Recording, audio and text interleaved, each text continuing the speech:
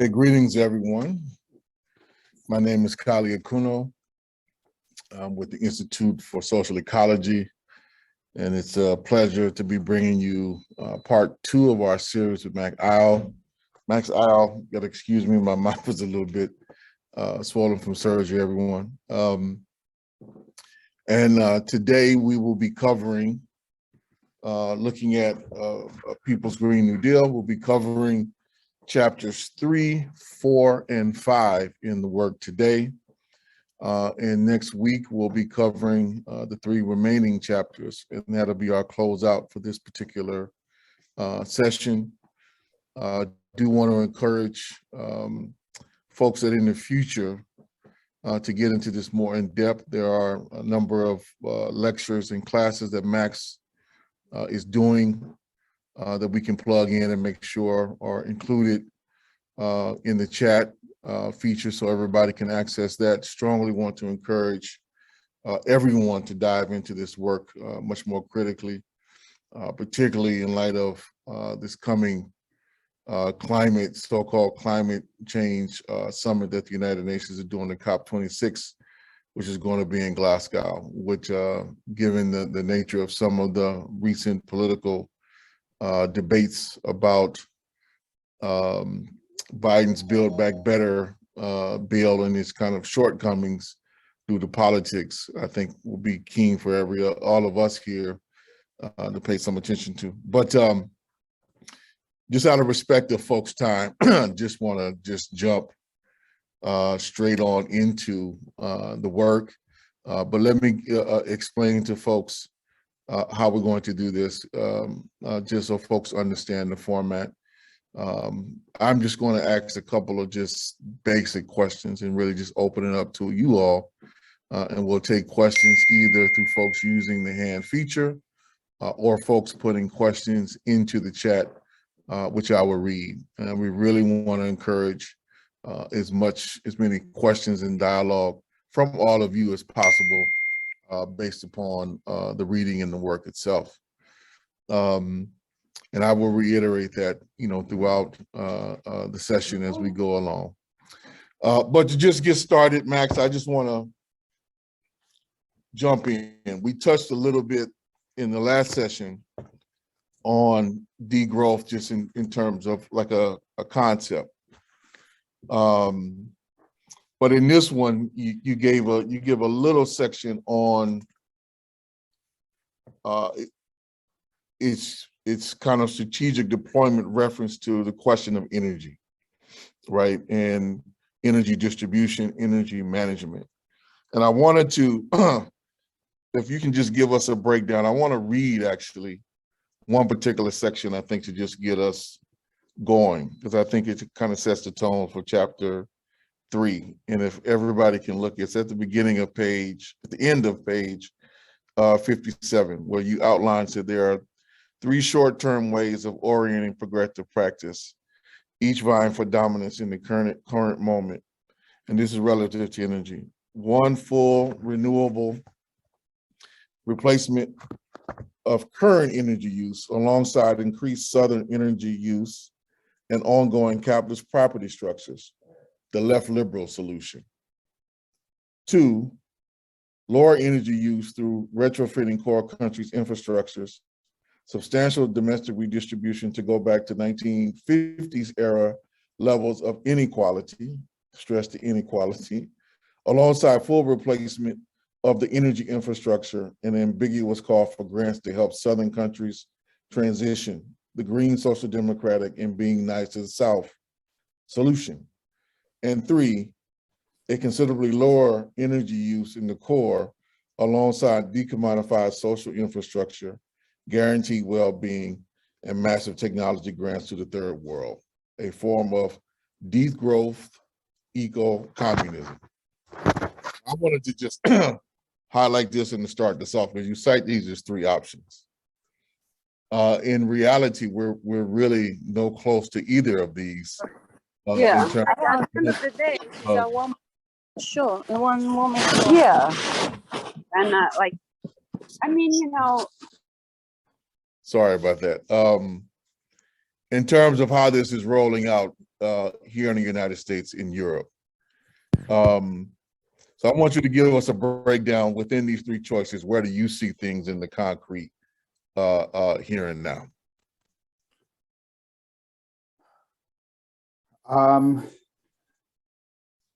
Yeah, so I think one of the things that is difficult when discussing these any programmatic proposals or anything at all is that it often slides into a discussion of this massive overestimation of the capacity of left forces to do absolutely anything at all in the short run, right? And I could easily see how this, the way I laid it out there, falls into this trap, right? Because we're not in a position to do very much, frankly. Right, at a national level, certainly, right? That capacity doesn't exist. So, I mean, in the short run, there is no shift in the U.S. to renewables. It's not happening in any short-term horizon, and it's not even being set into motion to occur on a medium-term horizon. Like that isn't happening either. What's happening is business as usual, with some probably rollout of renewables in the final 3 years of the Biden regime, right? That's most likely what we're going to see at best, right? And even that would be, it's not clear to me that we're on a trajectory for it. I mean, so that's what's actually going to happen, right? They just aren't interested in responding. The ruling class is not yet interested in responding, even at the kind of energetic, technical level to the climate crisis. That's in fact where we are. So when I think about when I put out those kind of three things to inform progressive practice, I think this is more about clarifying the battle lines and clarifying that these are different fronts that we have to form and then be able to fight to advance within. Right? I mean, because one is essentially a pure representation of the interests of, say, what we can call enlightened capital, which could, in fact, be a response if the radical solution starts to get a real mobilization behind it. I mean, they won't respond to a purely social democratic mobilization because there's basically no such thing as a purely social democratic mobilization. Right? I mean, I go into this a lot in chapter 4 of the book, how this is a fantasy. This is not something that's ever happened as a purely social democratic mobilization towards any sort of partially radical transformation. So those are now, how people orient is a very different story entirely, right? I mean, at the current moment, you still have large portions of the core left, including people who in a different moment could have been in favor of a more anti-systemic alternative that is really anti-imperialist. They're still in favor of this option number 2 being nice to the South. And those people, some of them we can say are intermediate and we would like them to unite with us. Some of them are, of course, consciously commoditizing this position for their own purposes, right? So there's obviously disparate set of interests within that block. Then there's a block of people who need to get on board with radical ecology and eco-socialism. I mean, I think this is the only time in the book I actually use degrowth. Like I said, I'm not necessarily antagonistic to it. I think it's a strategic question that I don't have an answer to, because it's a question of interacting with mass public opinion. This is, in fact, it's in many ways, it's a messaging issue. I mean, there's an analysis issue too, but there's also a messaging issue that I just don't have the answer to. I don't live in America. I can't get a job in America anyway. So, so I don't have the answer to that question. And then I think there's a question of clarity. I mean, it seems to me that a lot of radical people are still, are not so on board with the centrality of the ecological crisis, right? I mean, in some circles, yes, but a lot of people who are very interested in what's going on in Venezuela, China, who are deeply concerned, are not seeing the interrelation of the ecological crisis with that, right? So I think that we have to do systematic pedagogy, inform the people who generally align with us, consolidate, and then hopefully bring along some of the people who are currently kind of enthralled to this kind of quite well-funded, in a certain sense, social democratic alternative. I think part of the reason why some of the forces aren't because they see this as a social democratic issue. I think that is a particular ground that's been surrendered to a certain extent. And in many conversations I know it's subordinated to questions around, national sovereignty, protecting national sovereignty, decolonial questions.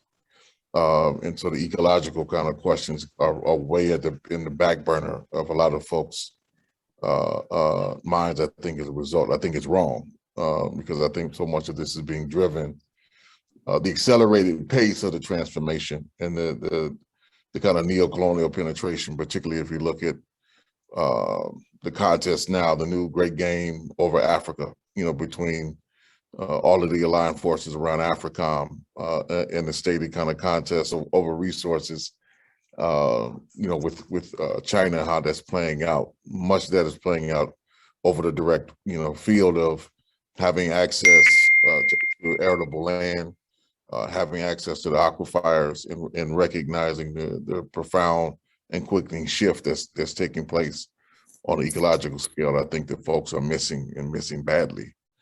So yeah, I agree that that's something that we are definitely going to have to kind of gain some ground on. The other piece coming back, just so everybody, if you're just joining us, we are just taking questions, starting off from looking at chapter 3. We're in the first section around 57, 58, looking at degrowth. But one thing I want to it touches on a broader piece. Trying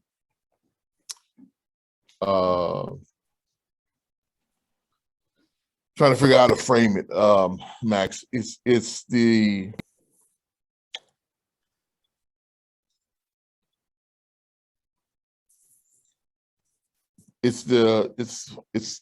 refugee question in particular.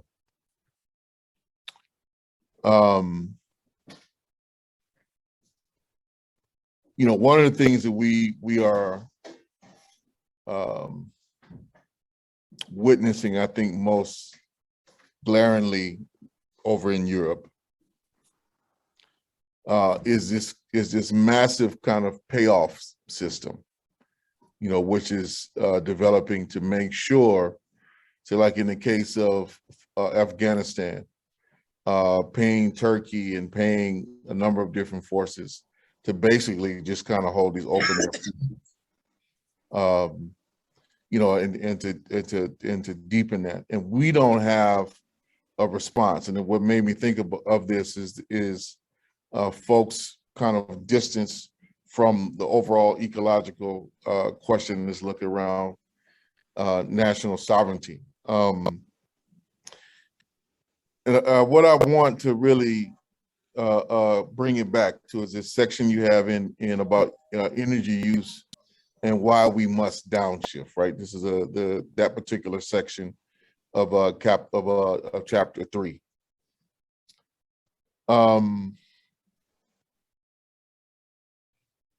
mean, how are we, in light of the massive migration which is taking place, and with that, the massive just extraction and appropriation, which is also underlying that. I'm trying to figure out, how do we make solid arguments for this type of shift, given the weakness of our forces, that there has to be a different articulation, a different orientation around energy. What are some of your thoughts on how we can kind of shift some of this right now? I mean, I think that's given our limitations. I mean, it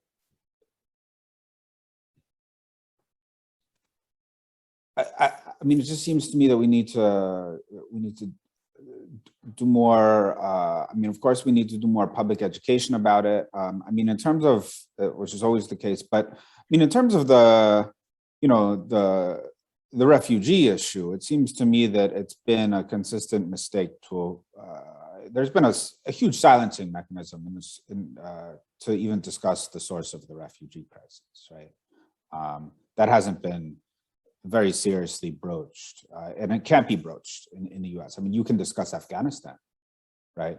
But you can't discuss, one can discuss the post 2011, post 2010 regime change wars, but people will tear you apart, right? So there's actually no, we've discussed this before, that there's actually no public discussion about the ongoing regime change wars and the floods of refugees they're going to produce.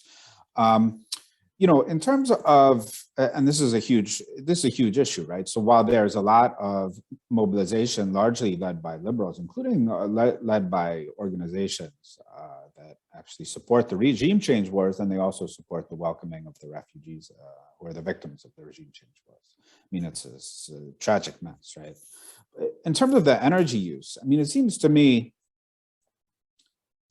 that we need to keep on just explaining that a lower per capita energy use is consonant with a good life. In fact, the Social Democrats and Degrowth, for that matter, I think, have both done a decent job of this from my perspective. Saying, okay, the lower per capita, I mean, there's good programmatic proposals for changes in infrastructure. There's serious programmatic proposals about lowered energy use from Stan Cox. I guess there isn't necessarily an interest in it thus far, although it's changing amongst the more radical forces. I mean, part of the problem, it seems to me, was the partial demobilization of the South around these issues, right? Because that's where people's reference point is. And, you know, for a variety of reasons, I think the messages, especially from Bolivia, became less audible over the past decade. And now that's actually shifted, right? There's actually a couple from I think from the president and the vice president of Bolivia, just in the past week, put out fantastic statements related to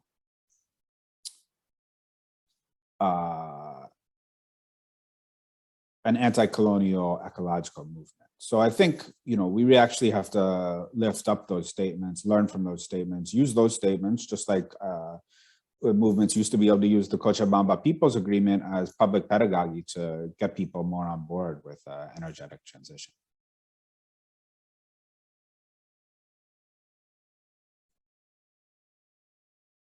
If there's any questions, people can pose your questions. I see a couple of things coming in.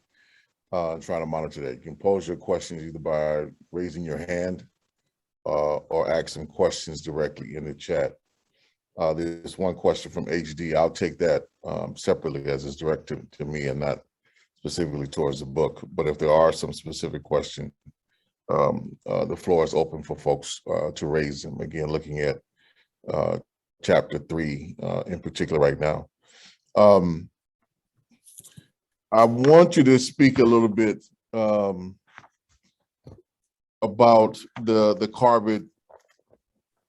carbon budget piece, Max, and then come to Jamie's question, because you kind of describe it as a myth. And one of the key things that I know in some of the upcoming discussions around the COP26 in particular, very much looks like this is going to be the COP where they basically enshrine kind of the dictates of this carbon neutral framing and carbon neutral agreements, and try to make that kind of the core signature on how they're going to get to or remain at kind of a 1.5 Celsius designation. Is pure fiction, but some of this fiction is also based upon how, you know, carbon budgets are created, assessed, evaluated, and then how this information is supposedly going to be shared across a broad spectrum from nation to nation as part of the monitoring system. So if you can break some of that down,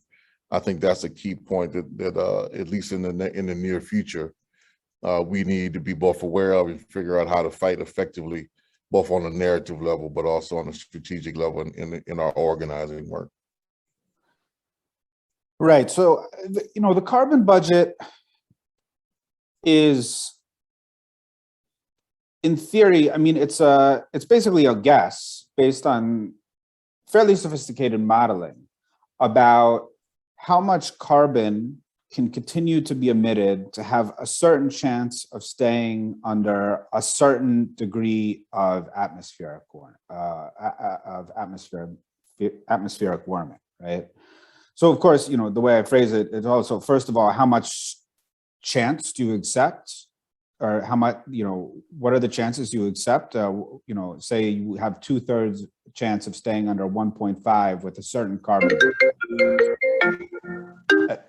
and then you have 80% with another carbon budget, and there is no 100% of staying under 1.5.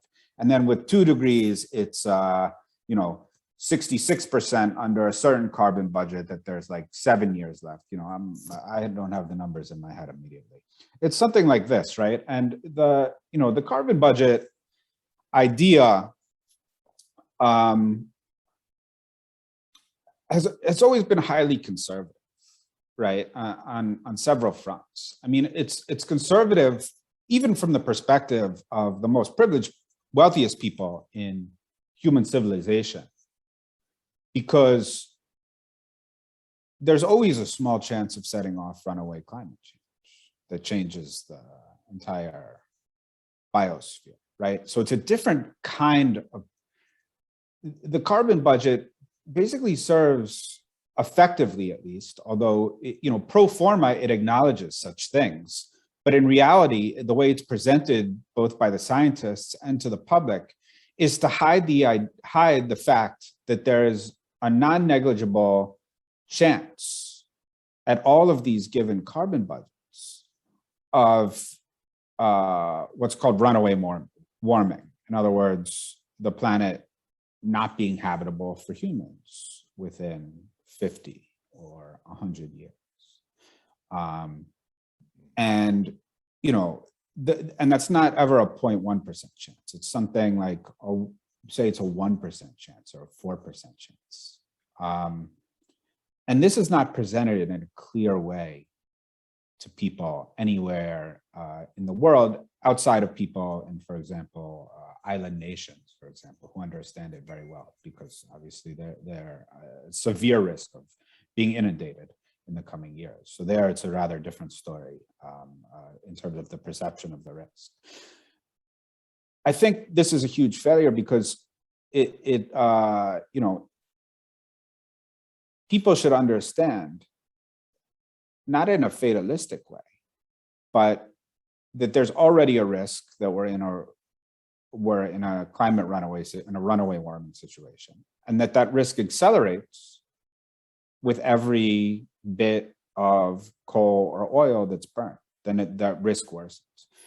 And this isn't to scaremonger, it's to say this is the scenario that's in front of us, and therefore we have to understand that there are these radical steps to avoid it. Now, it's clear, obviously, why capitalism can't accommodate a message like that. Of course, capitalism is in the driver's seat, not only in terms of accumulation model, but politically in terms of deciding how the world works and who's going to suffer at any given moment.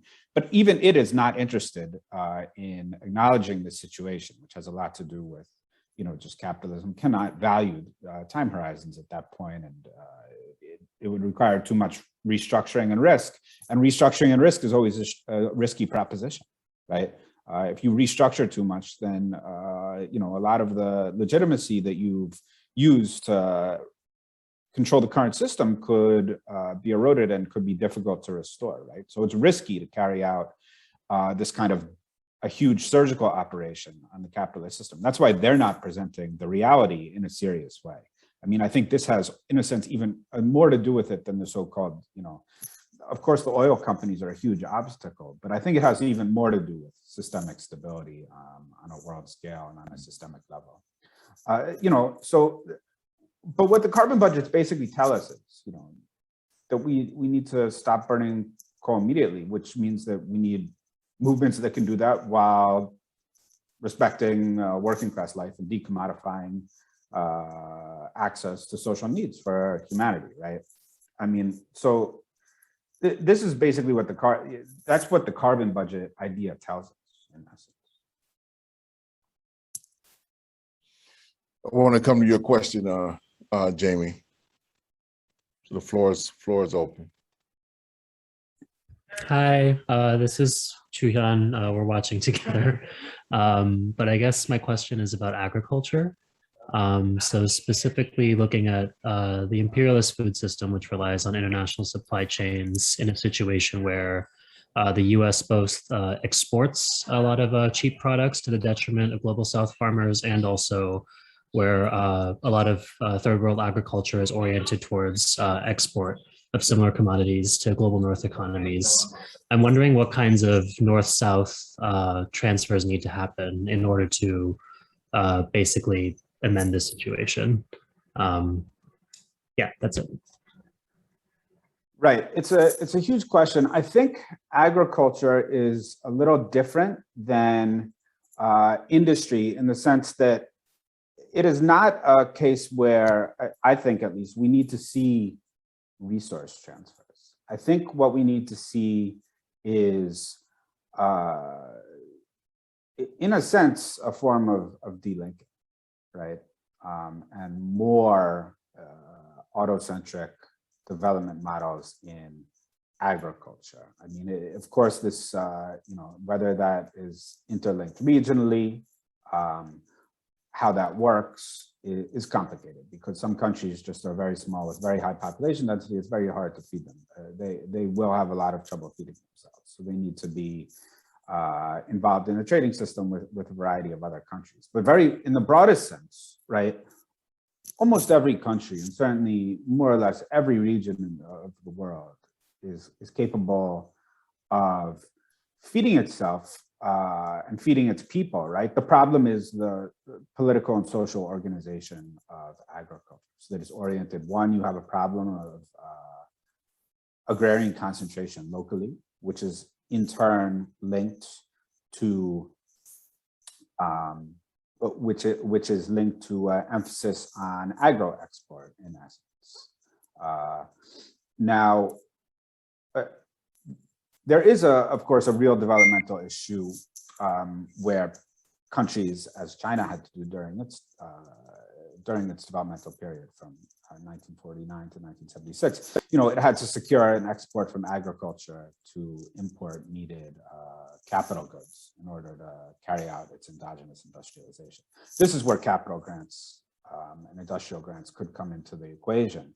But overall, you want food system, which is primarily focused on feeding the local population, associated with agrarian reform that's totally breaking apart feudal or semi-feudal or enduring or ownership structures, foreign ownership of land in general, probably cannot really exist under such a system. And so what comes to the fore there is not aid itself, it's what happens to a country, a nation, state, when it carries out this type of program. And there's a few more or less contemporary examples, right? Venezuela did it in a very small way, did not make very large moves. And the US and Colombia sent in hundreds of mercenaries, if not thousands, to slaughter campesino activists in Venezuela, right? Now, if like me, you think that the state itself is not the agent that can build socialism, that you need a synergistic interaction between state and society, and whose formula I don't know exists, but certainly an interaction. And the US is murdering those social forces who are steering the campesino struggle. you're not going to get, first of all, you're obviously not going to get a successful agrarian reform. It's very difficult if the people who are most in charge of organizing it and driving it and giving hope and teaching the people are being killed off, right? This is a central problem. But the other side of the coin is, of course, this is what happens when you carry out any form of radical agrarian reconstruction, because the agrarian question is so central, is such a central question, if not the question of third world development, and really is kind of the structural backbone in many ways of imperialism on a world scale, right? The other major example is Zimbabwe, where the sanctions have been enormous to just destroy the economy, and now there is a reversal going on of the agrarian reform, in fact, with sales of state land to foreigners, right? That's a reversal of the agrarian reform, and this is in large measure. It doesn't really matter how much we allocate the measure, but we know that it's in large measure because the country is being hit with a 2x4 by sanctions and subversion, right? So the question is not transfers, right? It's seizing the type of aggressive external actions that are destabilizing the country and making it and changing the balance of internal forces, thus that internal reactionary forces can advance, right? So this is, I think, very central and something that we have to think about when we think about the food sovereignty or endogenous agrarian development, is that these countries need to be able, the internal class forces who are fighting for more redistribution need to be able to fight their fight, without the forces of external reaction putting their hand on the scale of internal reaction, right? And all this, I think, is, some of this, I think, is often missed and is something that's very important to keep in mind. Any other questions? Thank you for that question. Any other question that folks have?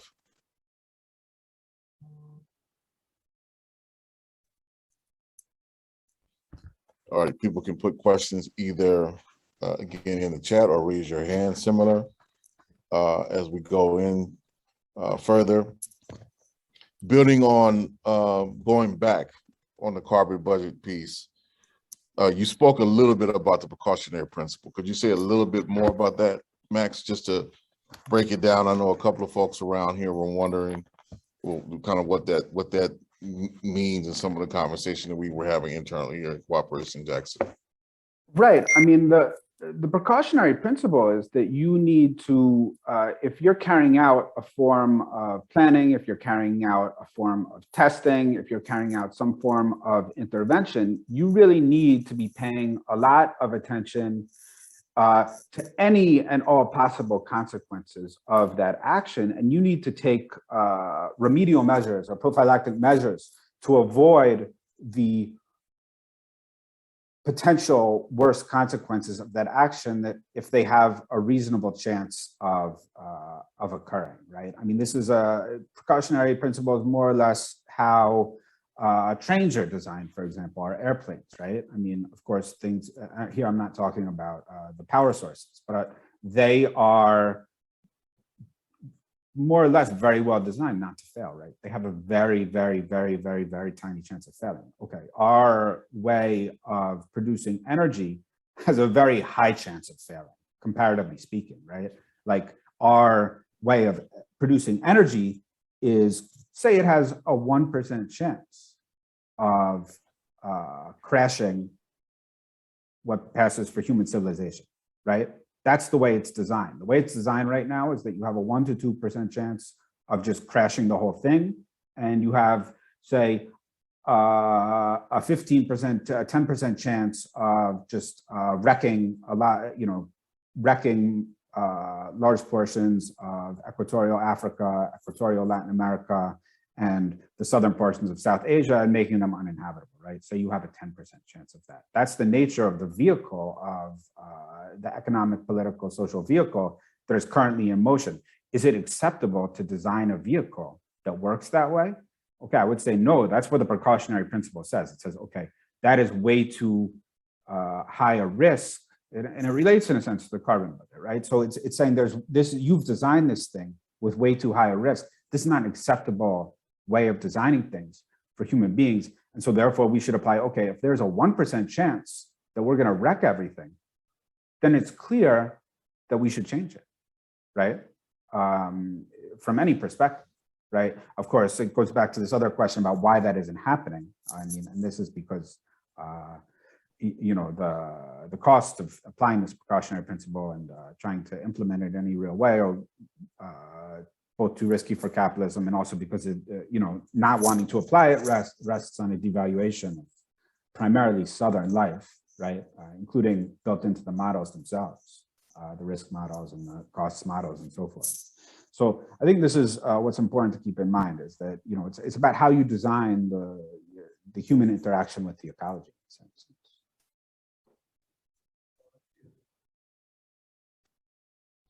And speaking of design, I want to jump to the section entitled "The Debate," right, which speaks around some of the design kind of questions.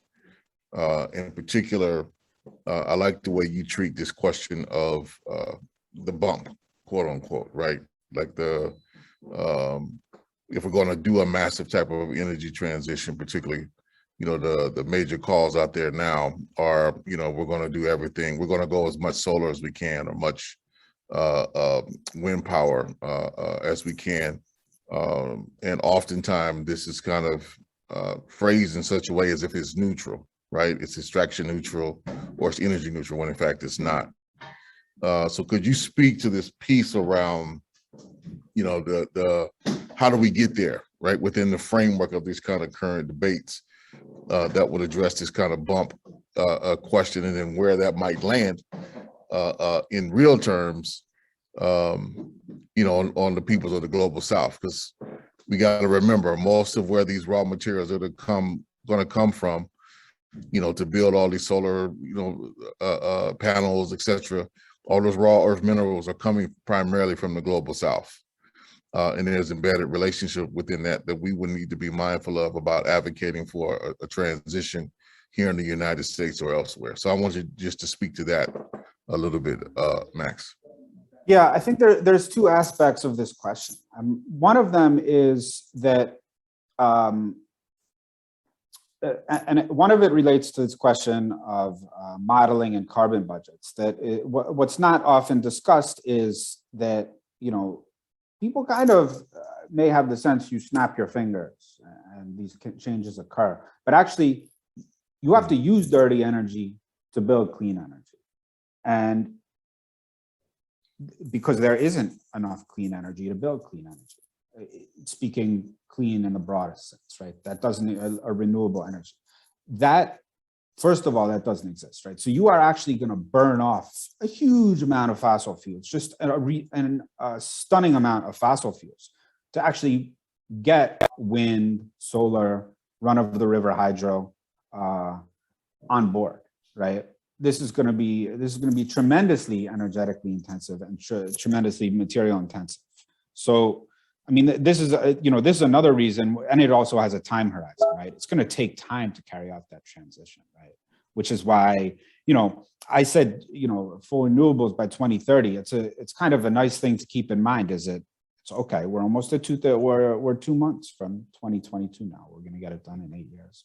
We're not going to get it done in 8 years.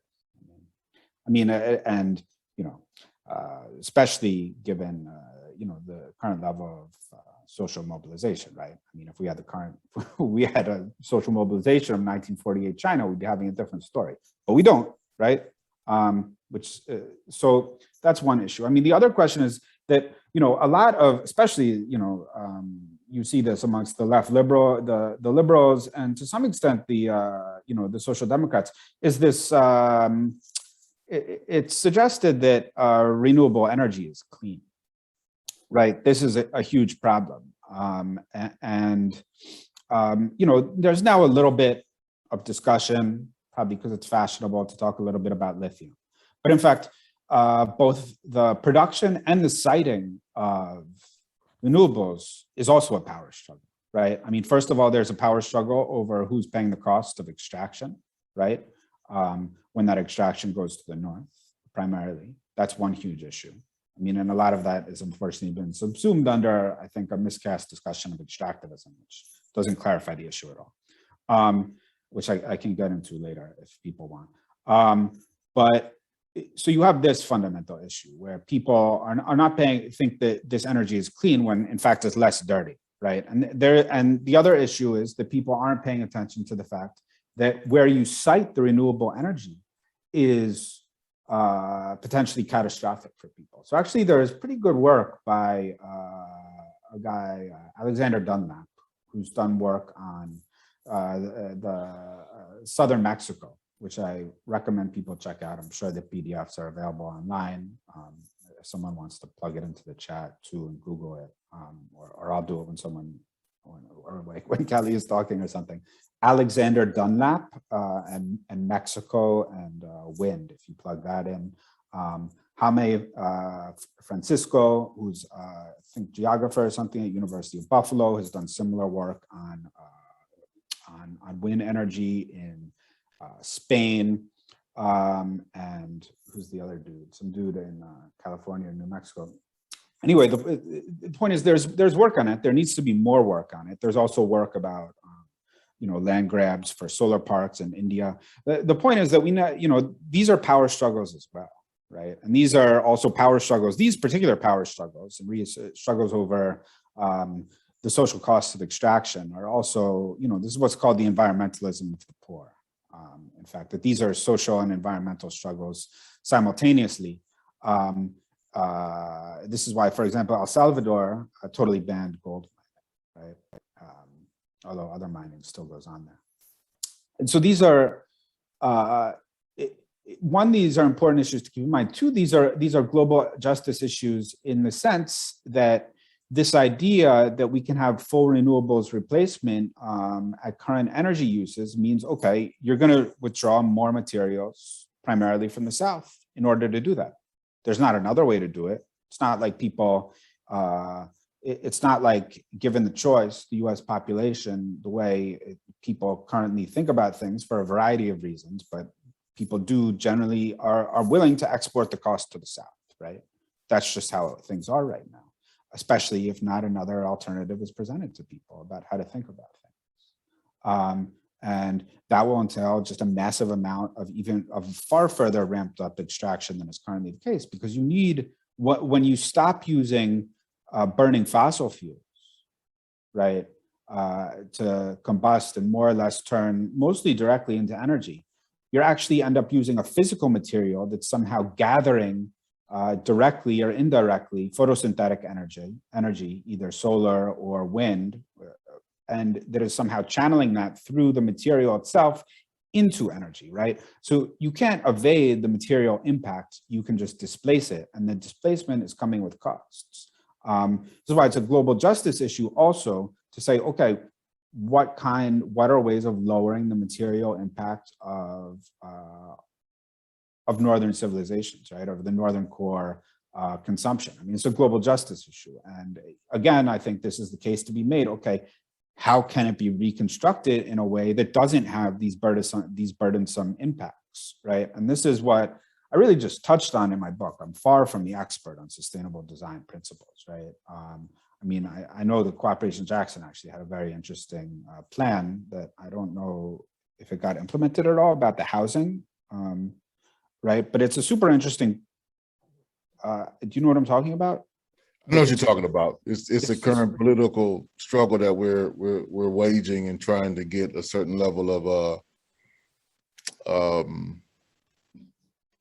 trying to make sure we can explain it a little bit later. But in our context, just here in brief, we're trying to set it up where we're doing without that necessarily having to ask for a bunch of permission from the state, because we don't want them.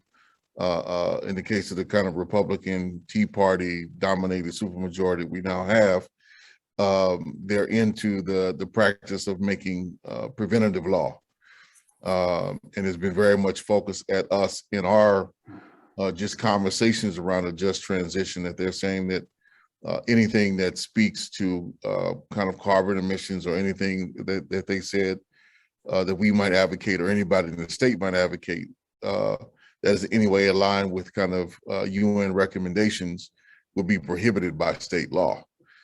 So we are now in a position of how do we put in practice certain things with the cover of the municipality without having to ask for certain kind of permits or laws from the state. So it's a tricky place that we are in, but very much at the heart of these political struggles that you're talking about in terms of, you know, how does the contest actually play out? What is the actual array of political forces on the ground? We're just a local kind of municipal level, but you see the overall state implications and what a bad example here could negate, at least for, you know, perhaps a generation, any room or possibility of experimentation throughout the state. Right. I mean, and this is also the most blatant example of just how reactionary the capitalist blocks are, right? Like what they're blockading is quite beyond belief. I mean, what you know, it's quoted a bit. I think I discussed it in the book. And you know, but you know, it's an interesting example. You know, that there is possible ways of doing sustainable construction. There's actually a lot of work that's been done about this in the United States, right? About sustainable construction. There's a huge amount of research that's not being applied because it's not right now economically rational or feasible to do it, and there isn't legislative framework in place to support it, which is also something that I think local struggles could get energized around, is putting in place municipal level zoning codes to support this type of sustainable transformation. But I think this is on us to recover this type, get in touch with this knowledge about sustainable architecture, sustainable planning, sustainable design, sustainable product design, sustainable furniture, clothing, everything. You know, I think a lot of people, I don't want to say if it's justified or not, but it seems to me the case. A lot of people might think that's some hippy dippy shit. I don't know, especially like on the hard left, might not engage with it. Yeah, I don't know, actually. I may be wrong, so I'd like to be wrong, but it seems That's how many people are approaching it, sadly, right now. Yeah. I mean, it just seems to me the case. And so, no, like, I think this is so fundamental, right? And it's not just, you know, this was a huge thing in the South as well, right? I mean, in Latin America, in Brazil, in Argentina, in Tunisia, in Palestine, there were huge debates about appropriate, permanently sustainable technology. This was a huge, vibrant debate in the 1980s, that they were thinking, okay, what is an anti-imperialist, pro-working class, pro-democratic, pro-ecological technology? What is the technological base? And that was in touch with the same conversation that was occurring in the core in the US and Europe, right? And I think to some extent, degrowth has absorbed portions of that debate, but probably needs to do more of a re-engagement with it. And I think, you know, I think there needs to be a lot more engagement with the conversation overall, because of course, an appropriate, appropriate is not the best name in some cases, but this type of technology is actually local. And so it needs to come from the local, whoever's living locally. This also applies, in fact, to agriculture, right? Of course, agriculture is also a technology that's developed in a local context. Which is obviously also relates very much to the indigenous national question and the types of the stocks of knowledges that were developed over living on this landmass for 10, 20, I don't know the number, very many thousands of years in highly interdependent, complex social formations, right? So anyway, the point is that this also, I would love to see more people on the hard left engaging with this stuff, because it's so important to a transition, right? And these are things that reflect what can be done rather than what can be bickered about online. And I bicker online too, but like, I know everybody does these days, but this is not, there's a lot of stuff that can be done that actually can be about building up what Adil Samara calls development by popular protection, wherever people live. And I think we need to be thinking about that. I mean, I have a colleague, John Gulick, who, of course, nobody knows, but he's doing amazing thinking about flood resilience and disaster risk management and so forth. Because a lot of the things that you use to, and you've made this point, Callie, a lot of the things, I know, but a lot of the things that are needed to deal with global warming are also needed to provide use values for people in the day-to-day. right? Like you draw down carbon and you actually make wherever you are more resilient, and you provide something that's needed for people. All of that can happen, at the same time, right? Those aren't three opposed goals. Those are actually a tripod, right? Holding up a different future. It's that people don't think of it. People aren't engaged enough with, I think, those questions. So I'd love to see, a lot more engagement with that type of stuff. I mean, one thing I always tell people in conversations like this, I'm like, Google appropriate. If you haven't heard of appropriate technology movement, like Google it, because all that stuff is on PDFs from the 80s. I mean, some of it is still applicable, some of it isn't. But it's something to think about and integrate into our work. And it's definitely not, well, I don't want to say definitely, but it seems to me it's really not some hippy dippy shit. It's relevant to our current questions.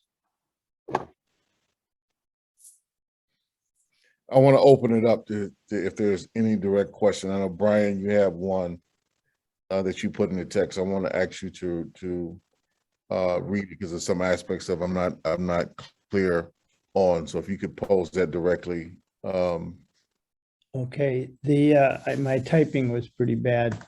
The question I had was, are the things that we can do now locally, or say in a place, in our communities like in Jackson, or say in a country like Bolivia, are those anything more than models that point to what might be done? Because it seems fairly clear that there can be no turning back from climate catastrophe as long as capitalism is the dominant world system.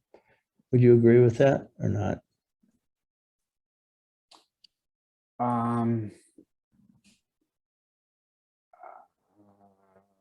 It's tricky, I think.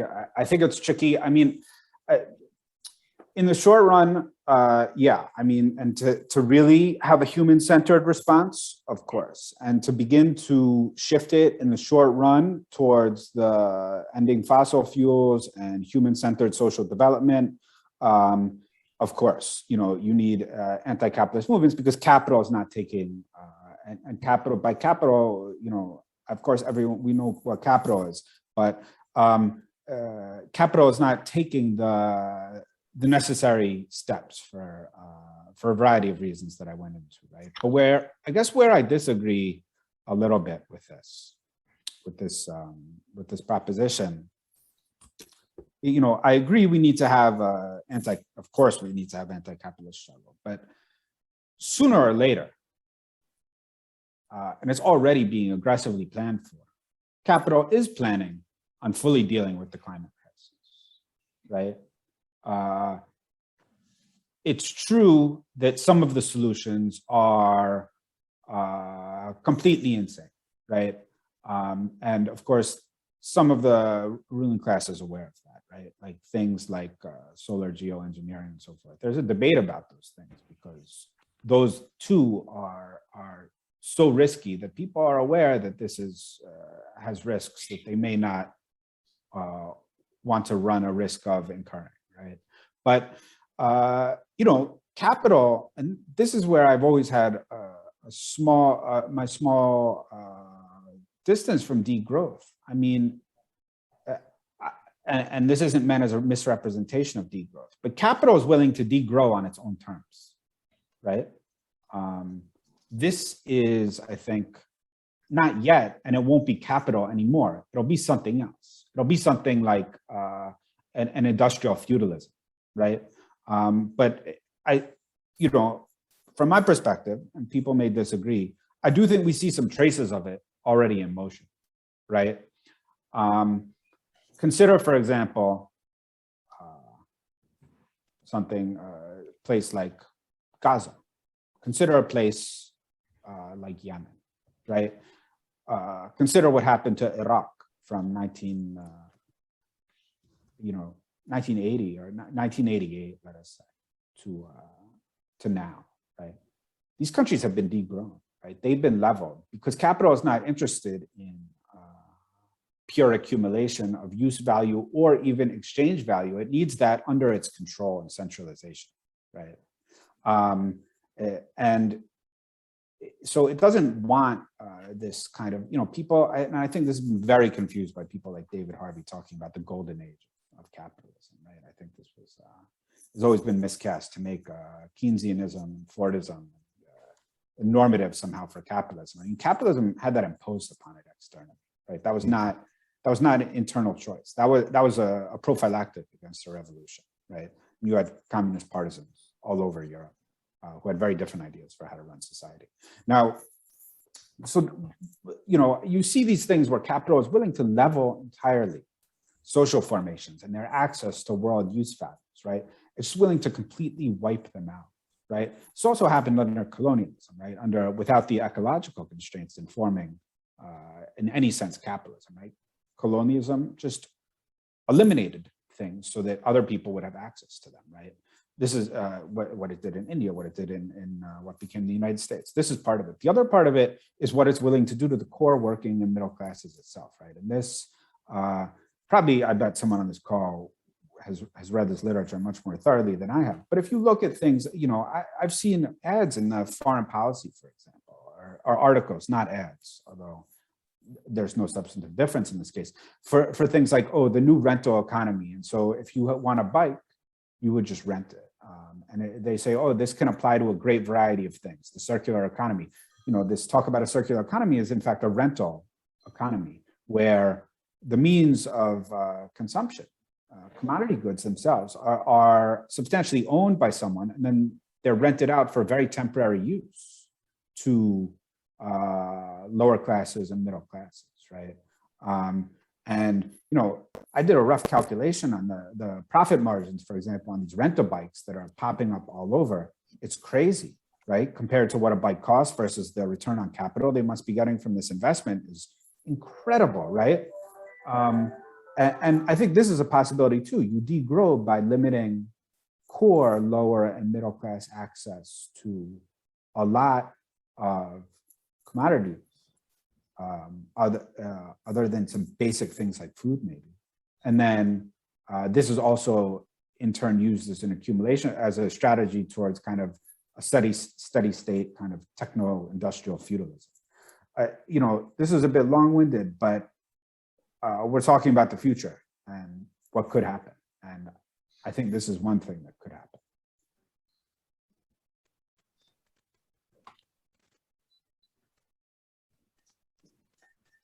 You've been speaking, I'm gonna actually come back to that probably on the third one, Max. You've been talking about this, this potential option.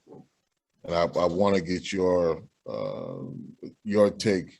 I think the only other person here, I think, trying to come up with a formulation of this is Varoufakis, right? With his kind of techno-feudalism argument that he's been making, that I know I've been looking at. Some aspects of it I agree with, some of I seriously question. But I want you to come back to that, to the distinctions that you made, and to think about that a little bit more seriously, to present it in a form that I think we can digest. This was helpful, but I know it's on your, I can tell it's on your mind a lot more than I think you've written out at this point, that I think will be good to kind of expose as part of some public debate and transition. But I want to there's a couple of questions to come back. So there's a question from Damon and Katie Coates. So are you familiar, and if so, what's your opinion of the concept of a resource-based economy?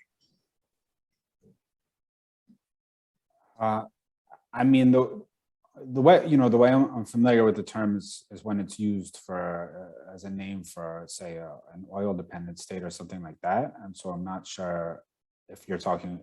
I feel like probably the question is about something totally different. But can they? Damon or Katie, you guys want to clarify that? Yes. Hi, this is Katie of Damon and Katie. The resource-based economy is something introduced by a person named Jacques Fresco, who's now passed away.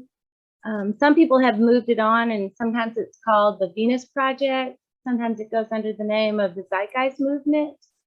It's not very much called that anymore. But what they basically are saying is borders are limiting us, and the planet is a finite resource system. and to use things like the scientific method to figure out ways of distributing resources efficiently and least harmfully versus money. So it really calls to pull money completely away. Some people call it also the utopian communist concept, absolute communism, which would be no money, right? We wouldn't need this idea of barterdom, or it would just be about needs being met.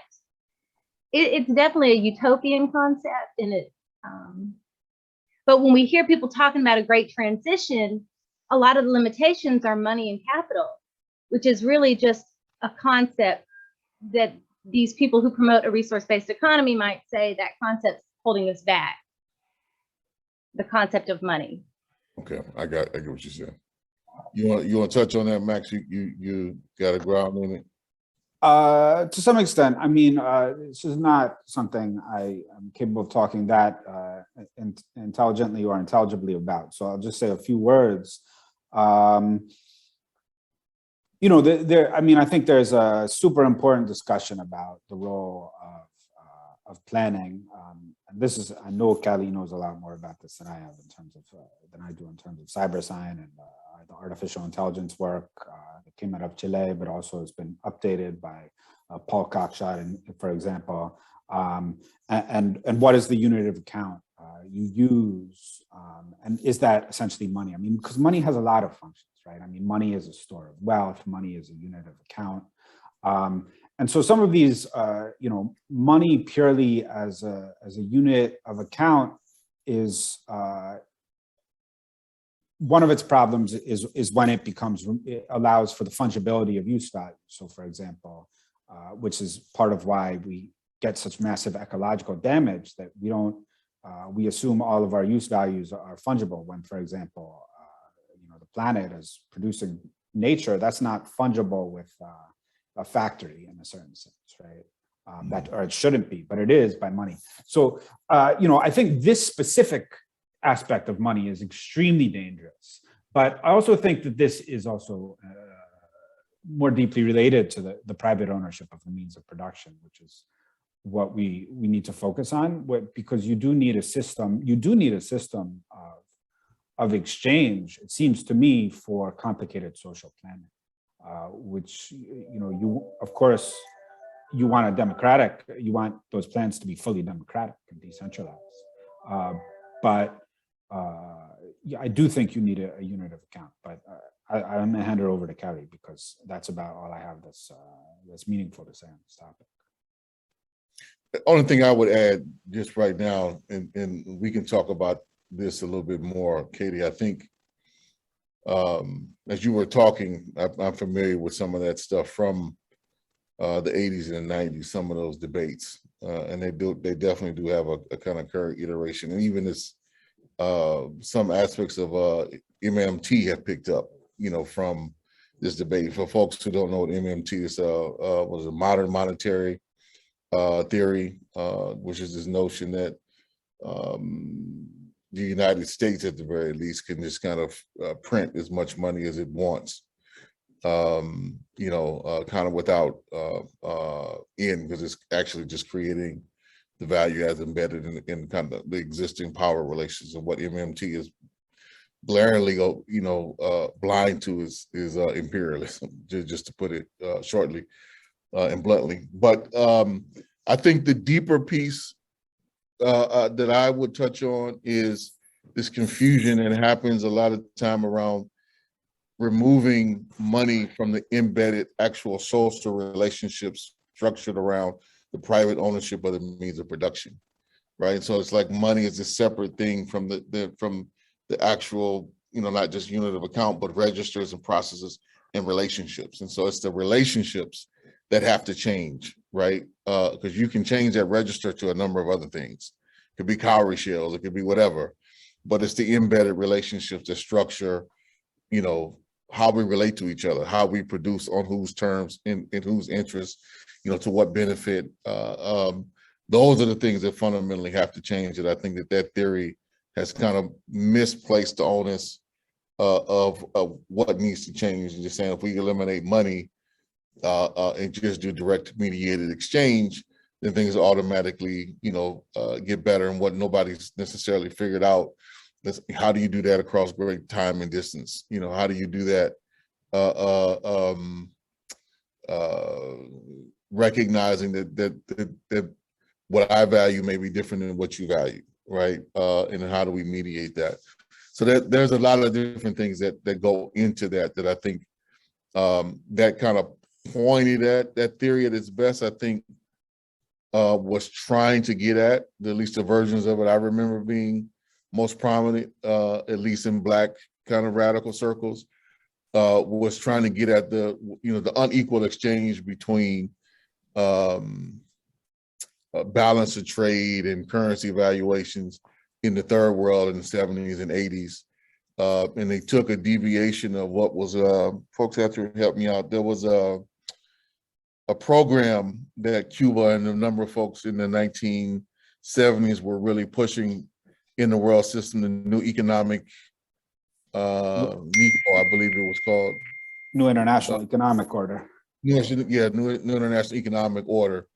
That this was in some parts a deviation from that. But we can go into that more detail later. The main thing I do want to say, I think the most current iteration of this for folks who want to follow it is some dimensions of the modern monetary theory, which has a number of limitations. Like I said, the most glaring of which is totally oblivious to imperialism. Are there any more? Go ahead, Max. No, if I can just ride it for a second for some of the comrades. I agree with that often at a very theoretical level, but at the same time, oddly or not, like a lot of the economist comrades who are defending MMT, not all of them, but some of them are like very good on defending the South from imperialism. Quite a number of them. I mean, maybe a reflection of the fact that I'm in Southern circles, but I can think of a few. One of them I don't want to name because it might get them too much heat, but like Fadel Kaboub, Ndangos and Basila, there's a lot of folks who are interested in this who are quite, how they reconcile it theoretically, I don't know, but just in terms of where we are with the contradictions, I think it's worth noting. Send that out to us, because I'd like to, I'm some of those names, and I'd love to read that personally. Just so we have some understanding of it, because most of the works that I'm familiar with are folks primarily based here in the United States and to a certain extent Canada, and it's just got some glaring oversight and contradictions. I think they are correct in terms of how the Bretton Woods system has basically broken down since the 1970s, and the particular position that the United States has occupied basically since the 1980s, where it is fundamentally just print monopoly money. In effect, I think that is a historical truth, but how that system on a global level has been able to maintain itself through people are missing the edifice that was created by the Bretton Woods system. And for those who don't know, that's the IMF, the World Bank, what was called the General Agreement on Tariffs and Trade, and now the World Trade Organization, and a whole bunch of other sub-regional pieces, which monitor and guide and flow and restrict capital flows on an international basis.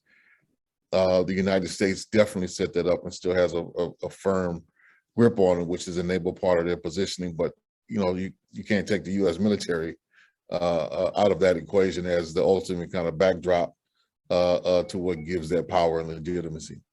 But anyway, I'm trying to give shorthand to a lot of long-term debates. Were there any? I think there was another question. John, did you come on to ask a question?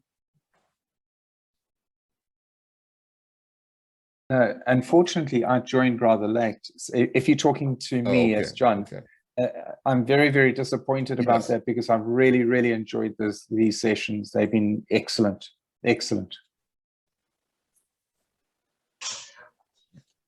Well, it's being recorded, and we'll definitely get the other one out. typically been trying to keep these at an hour to 15 minutes out of respect to everybody's time, hour and 30 minutes out of respect to everybody's time. That gives us 15 more minutes. Max, is there anything in particular in the remaining kind of 15 minutes from chapter, you can get into chapter 4 or 5 here, but is there any particular point that you want to kind of bring home based upon the questions and what we've exchanged now to leave folks with? No, not really. I mean, are there other questions people want to bring up, people wanted to ask about? I haven't been monitoring the chat, so. No, there's no other questions right now. Okay.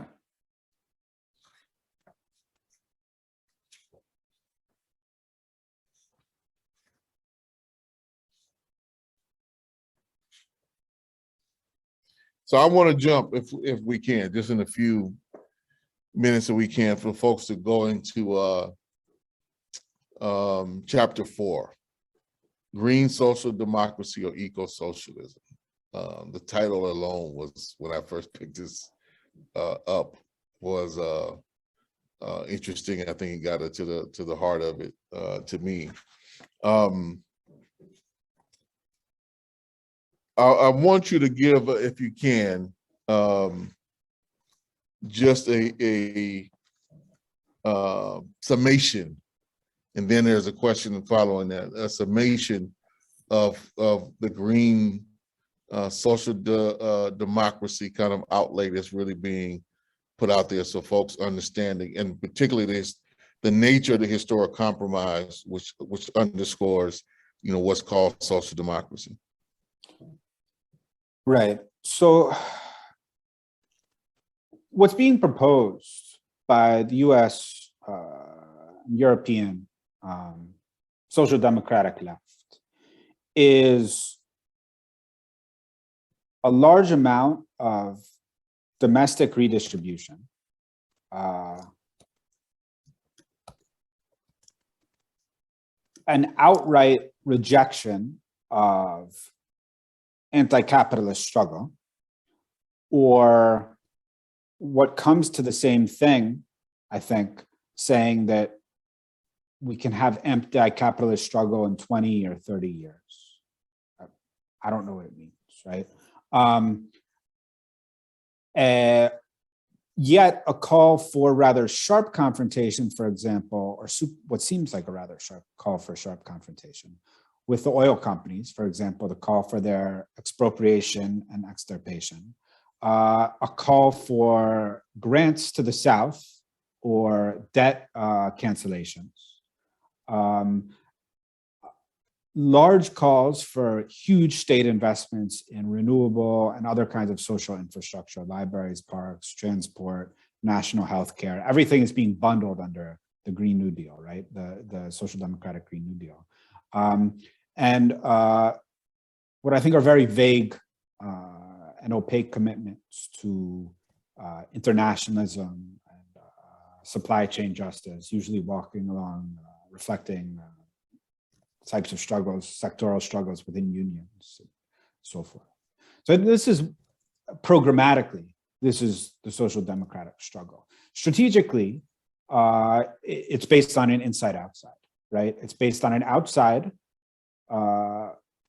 not based on taking power, that is itself usually meant social movements or kind of social movement party hybrids like DSA, for example, that are meant to, it seems to me, that are meant to espouse social democratic principles, although if they go further left, people seem more or less okay with that, but also unfolding NGOs that are funded very often by Ford Foundation and so forth, right? That this is the social bloc. This is the organizational bloc that is outside, that will push the social democratic Green New Deal. And it will have an outside relationship with an inside that is people like Ocasio-Cortez or Bowman or so forth. I mean, the wave of, let us say, progressive, because I think social democratic is actually misleading for a lot of folks, social democratic legislators in the US Congress, and that we will basically elect our way into social democracy. This seems to me the political basis, the political program, and the political strategy. Now, historically, right, social democracy in its European golden years occurred because the European ruling classes were scared of communism, period, right? They were scared of the USSR. They were scared of the domestic popularity of communism. They were scared because it was the communists, it was communist guerrillas who had fought and whooped the fascists in Yugoslavia and Italy and liberated a lot of it. They also knew that even in places where the communist partisans hadn't whooped the fascists, they at least had been the ones organizing most of the resistance to the fascists was communists, which is always the case, okay? And there was a huge popularity. So what do? You co-opt the program and you enact a historic compromise based on rising productivity and larger shares of the productivity going to the working class. And then you go alongside that with a continued system, first of a very reluctant letting go of colonialism, and also an embrace of neocolonialism for the third world, and an embrace of subjugation or infeudation to the US Cold War project, which was basically a war on any form of articulated development in the South, let us say, or self-reliant forms, or moves towards self-reliant forms of development in the South. That's the actual history of it. It's muddy. I knew this is a case. I didn't feel like citing like Noam Chomsky or something. You go through the historiography, it's obscured, right? They use phrase like Cold War dynamics forced the social democracy to come into effect. They say Cold War dynamics. What does that mean, right? It's a circular explanation, right? That's actually a description of the name of the period it was that had a Cold War, and of course it had dynamics, right? They don't want to tell you what it really happened. Of course, it's not the job of historians to actually tell you history as it really happened, right? It's not, otherwise things would get dangerous, right? People would know what happened. But that's how social democracy was implemented. And it had its own version in the US, Fordism, right? Which had, of course, massive exclusions of Black people, had to fight for inclusion and subsequently produce certain kinds of anti-systemic movements in the 40s and 50s and 60s with various demands for more radicalized forms of economic redistribution and so forth. But all of this is to say that these forms of social democracy were fundamentally based on rejecting a confrontation with capital, but also relying on the fact that someone else was directly confronting capital, even if in warped form or problematic form. I'm happy to discuss that a little bit too. But there were confrontations with capital going on elsewhere in the world that were scaring enough the domestic ruling classes into accepting some form of accommodation with the social needs of the working class, right? They did not want to do it. They were forced into it, right? And who are the allies? So my question in that chapter is, who are the allies? Even, I reject fighting for social democracy. I'm an anti-capitalist. But even on their terms, who are the allies who are scaring the US ruling class into accepting a redistribution of wealth in the United States? Where are they? Because it's not going to come purely domestically, right? It never has. There's no reason it would. It would be historically unprecedented, right? So where are they? And what happens when the core kind of middle classes struggle for some form of social democratic change on our own? What has happened? Well, we have lots of results, right? We know what happened to Syriza. We know what happened to Corbyn. We know what happened to Sanders. Again, these are not forces that I align with, but or I should say propagandize for in a sense. But what happened is that they were just evaporated, right? They were evaporated as social forces that were capable of implementing their agendas, precisely because they weren't mass mobilizing, they were isolated. And there was no reason for, why would the ruling class accept this sort of compromise? So this is a horrific, this is a horrific dead end.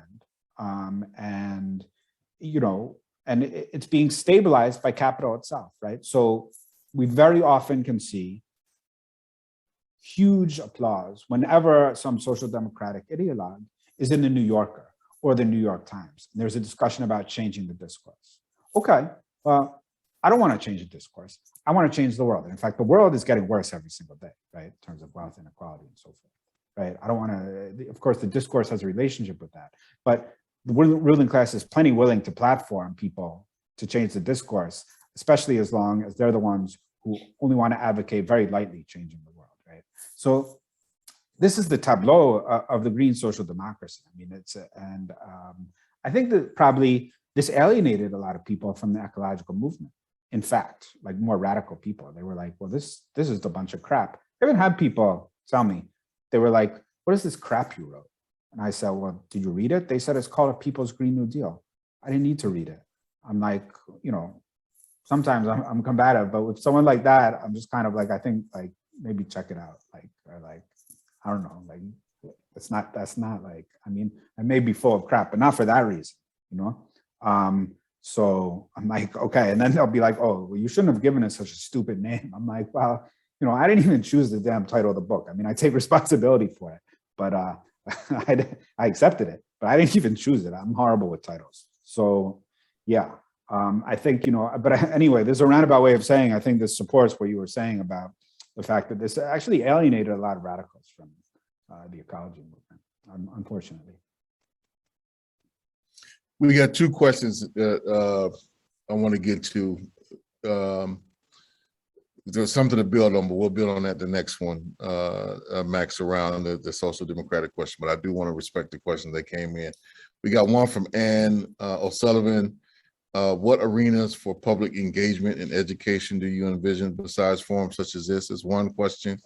And then Jamie, you didn't put a question there, but I want you to go on, if you can, go off mute and ask the question. We can take those both together as kind of our last pieces for today.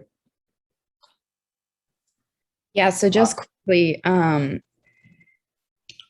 I guess I'm asking this as someone who is Korean and could potentially, you know, organize in Korea. And I'm asking Max as someone who's not in the US. I guess from like what you've read and studied and observed, would it be more fruitful to, you know, organize towards revolution here in the US in my like single lifetime, or more to, you know, kick the US out of South Korea and try to reunify and, you know, like possibly like significantly weaken like US's influence in that region? Maybe like link up with China. I don't know.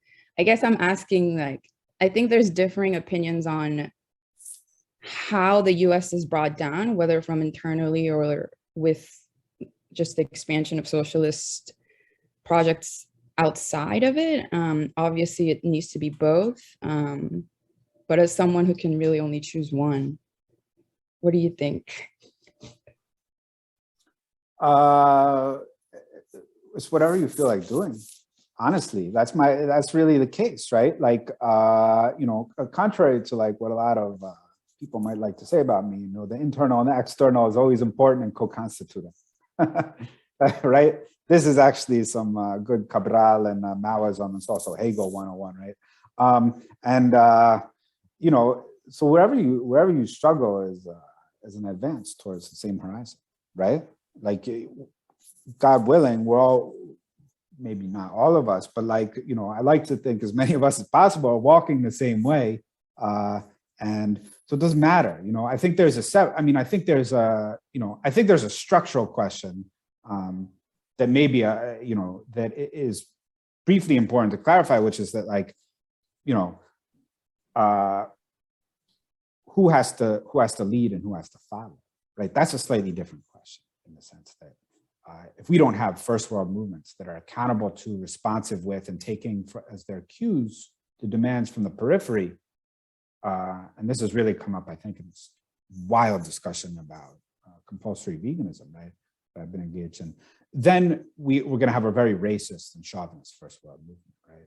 That's a different issue because people in the periphery are more oppressed, and being determines consciousness, right? Not mechanically, but generally the more oppressed beings are going to have a consciousness about what needs to be done that is more expansive and revolutionary. And like, we have to learn from that. That doesn't mean that the core struggle doesn't matter. The core struggle is very important, but that's just the nature of things.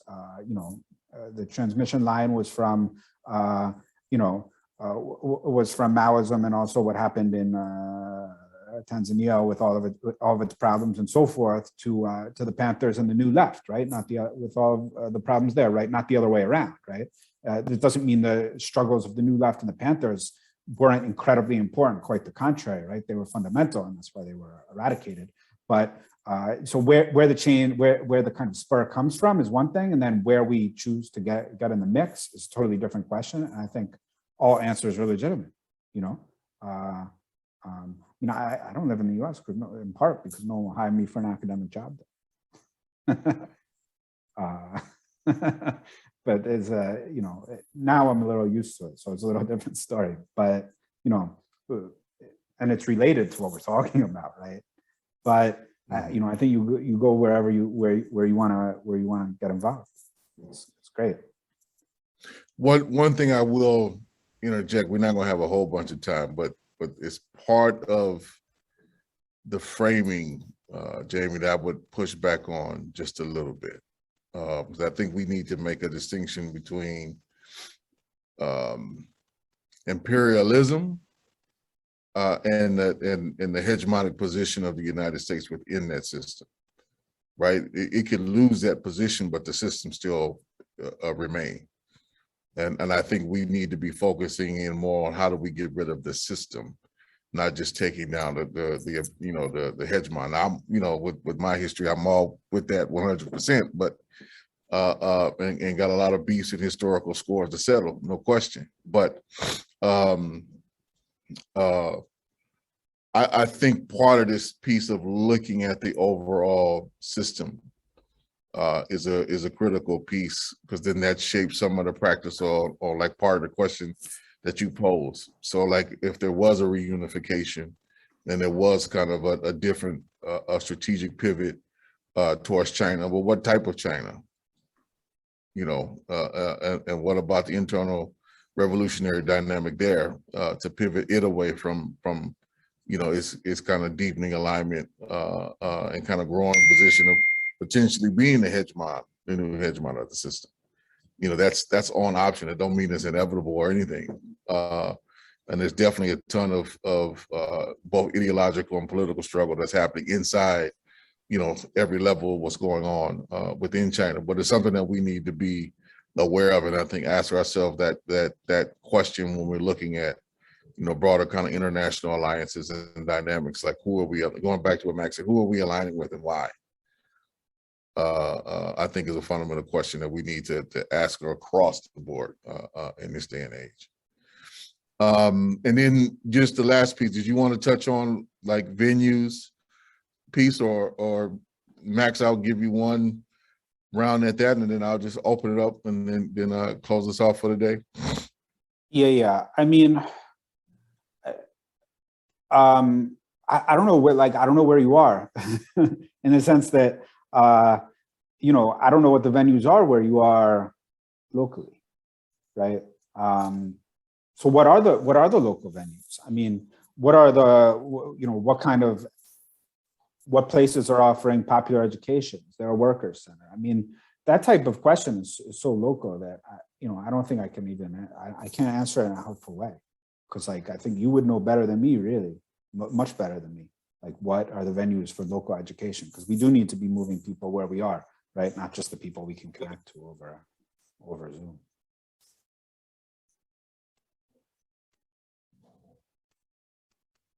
Yeah, my answer, just to close this out, we have to create the venues wherever we are at. I mean, that's the period that we are at. There's not enough dialogue, discussion, debate, study, I think, on these questions, given there's a lot of fanfare. And I think this book, is trying to take on the misdirected fanfare around the Green New Deal, which is critical. But I think real dialogues about creating local alternatives and how they build towards a broader social movement and how we carry that out. That's something we all got to be in a much deeper level of dialogue. But it's definitely going to have to start with us all, wherever we are situated, you know, deepening in our roots and deepening our practice and creating the venues for us to connect, learn, share, and build with each other. I mean, I think that's critically where we're at, and there is no substitute for you know, really building power outside of doing that work right in the here and now. And we got some major holes to fill in a very short period of time, is my assessment. So I'd like to thank everybody. Max, thank you again for, you know, taking the time. We will be doing our final session next Friday. Hopefully I'll be feeling much better and not as drugged up with my mouth and the pain medication I'm on. And looking forward to, please spread the word to others and spread the book. You know, I am one, I've been doing a major endorsement of the book and will continue to do so. It's trying to get it so that, you know, it becomes a basis of a real counter program to the watered down social democratic notion of the Green New Deal, which is floating around, which we see fundamentally now is going nowhere on the legislative level. And that, you know, we're going to have to build the alternative ourselves and build it through, you know, powerful social movement. So looking forward to working with that. All of you join us again, same time, same place, spread the word, and I appreciate all of your time and energy. Thank you. Thank you, everybody. And see you next week, hopefully. Next week. And let's make sure our tech we figure that out. I think there's, well, anyway, we'll get to it. I think we got figured the solution out in the middle of this conversation going all the back and forth. Got it. So, all right. Thank you, everybody. Take care.